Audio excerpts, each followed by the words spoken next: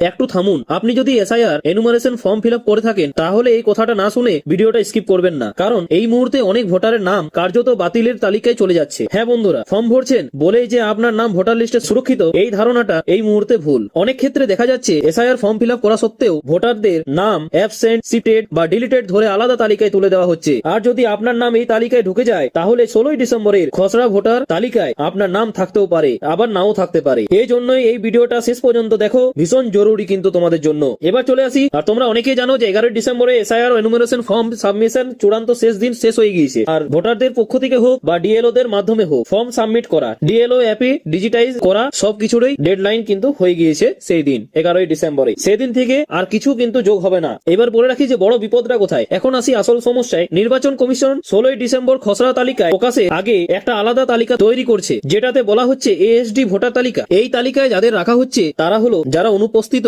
বলে ধরা হচ্ছে, যারা স্থানান্তরিত বলে ধরা হচ্ছে, ঠিক আছে, যারা ডিলিট বা ডেথ হিসেবে ধরা হচ্ছে। এবং ভয়ঙ্কর বিষয় হলো যে এই তালিকায় অনেক এক্সিস্টিং ভোটারের নামও কিন্তু ঢুকে যাচ্ছে। এবার চলে আসি যে ফর্ম ভরলেও নাম বাদ যেতে পারে কেন। অনেকে বলেছেন যে আমি তো ফর্ম ভরেছি তাহলে আমার নাম বাদ যাবে কেন। বন্ধুরা, কারণগুলো হতে পারে যে ডিএলও আপনাকে বাড়িতে না পেয়ে অ্যাবসেন্ট মার্ক করেছেন। তাছাড়া 2 নম্বর হচ্ছে ঠিকানা নিয়ে সামান্য গরমিল হতে পারে। তারপরে তোমার 3 নম্বর হচ্ছে ডেটা এন্ট্রির সময় ভুল হয়েছে। 4 নম্বর হতে পারে যে আগের ভোটার লিস্টের সঙ্গে মিসম্যাচ হয়েছে। এই কারণগুলোতেই ফর্ম ফিল আপ করা ভোটারদের নামও এএসডি তালিকায় কিন্তু ঢুকে যেতে পারে। আর নির্বাচন কমিশনের বড় নোটিফিকেশনে কি জারি করা হয়েছে সেটাও জানিয়ে দিচ্ছি তোমাদের সাথে স্পষ্ট করে, যে 11ই ডিসেম্বরের পরে এই এএসডি তা ভোটারদের তালিকা এক হচ্ছে নির্বাচন কমিশনের ওয়েবসাইটে দেওয়া হবে, 2 হচ্ছে সমস্ত রাজনৈতিক দলের কাছে পাঠানো হবে, 3 নম্বর হচ্ছে ডিএলও এবং বিএলও দের কাছে পৌঁছে যাবে। অর্থাৎ 16ই ডিসেম্বরের আগে এই তালিকা কিন্তু প্রকাশ হবে। আর এবার চলে আসি যে আপনার এখন কি করা উচিত। বন্ধুরা, এখন আপনার কাজ খুব পরিষ্কার, যে এএসডি তালিকা প্রকাশ হতেই নিজের ভোটার আইডি নাম্বার দিয়ে অনলাইনে চেক করবেন, দেখবেন যে আপনার নাম সেখানে আছে কিনা। ভুল করে আপনার নাম বাতিলের দলে ঢুকে গেছে না তো। এটা না করলে পরে সমস্যায় পড়তে পারেন। শুধু নিজের নয়, সবার নাম দেখুন।